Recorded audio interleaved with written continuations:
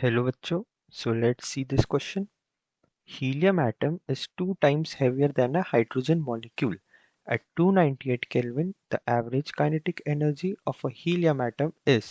So हमें बताना है कि average kinetic energy helium atom की in respect to hydrogen molecule कितनी है. So let's start the solution with the key concept.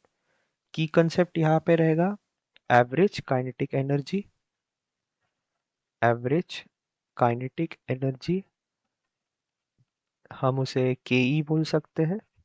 के ई so average kinetic energy is equal to 3/2 RT, where R is equal to universal gas constant and T is temperature in Kelvin जैसा यहाँ दिया है.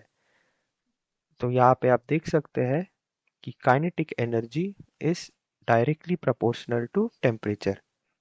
ठीक है, अब आते हैं गिवन जो डेटा है उस पे.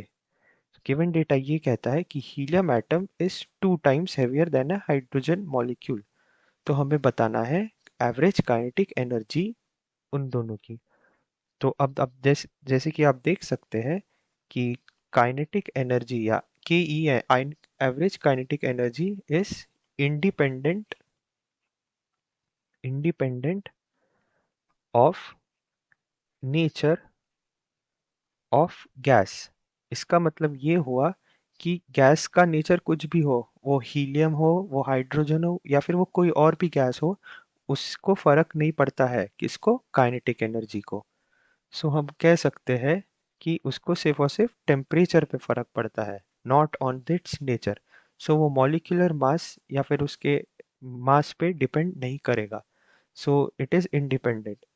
और अब जैसे कि देख सकते हैं कि दोनों ही 298 केल्विन पे है. So here hence at same temperature, जैसे कि यहाँ सेम टेम्परेचर है, सो eight same temperature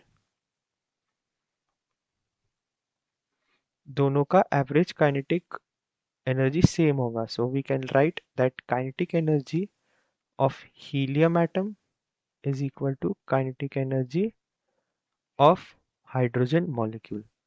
So the option would be option B, same as that of hydrogen molecules. The average kinetic energy of a helium atom is same as that of hydrogen molecules. I hope you understood this. All the best.